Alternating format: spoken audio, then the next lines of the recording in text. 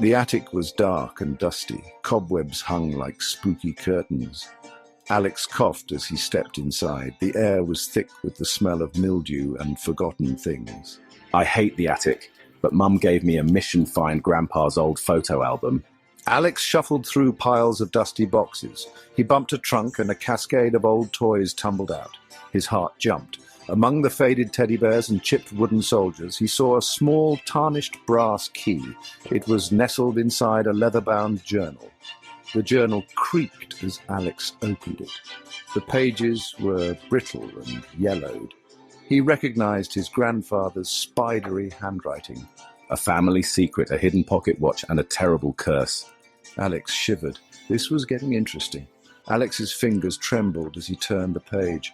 A faded sketch of a beautiful pocket watch stared back at him. It was intricately engraved. The inscription beneath it sent chills down his spine.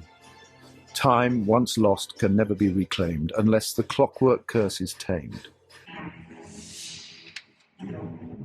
Alex slammed the journal shut. He had to find that watch. He rummaged through the trunk. His fingers brushed against something cold and smooth. He pulled out a gleaming pocket watch. It was even more beautiful than the drawing. The watch face glowed with an eerie green light. The hands spun backward. Alex felt a strange pull. He couldn't resist clicking the watch open. A blinding flash of green light engulfed him.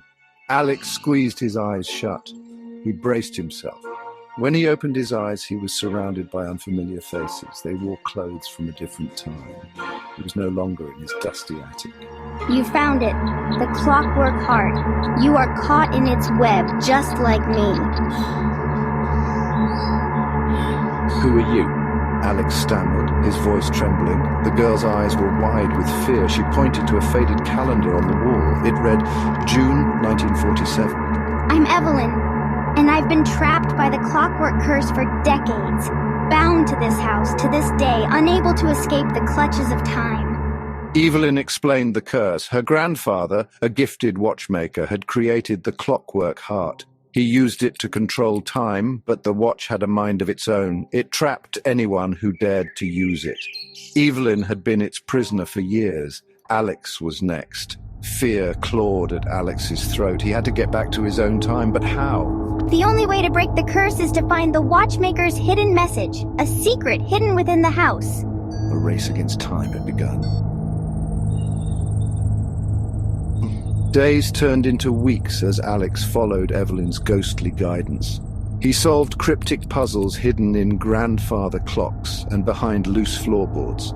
He deciphered coded messages etched into the walls. Each clue brought him closer to his goal, but no closer to breaking the curse. Finally, Alex found himself back in the attic.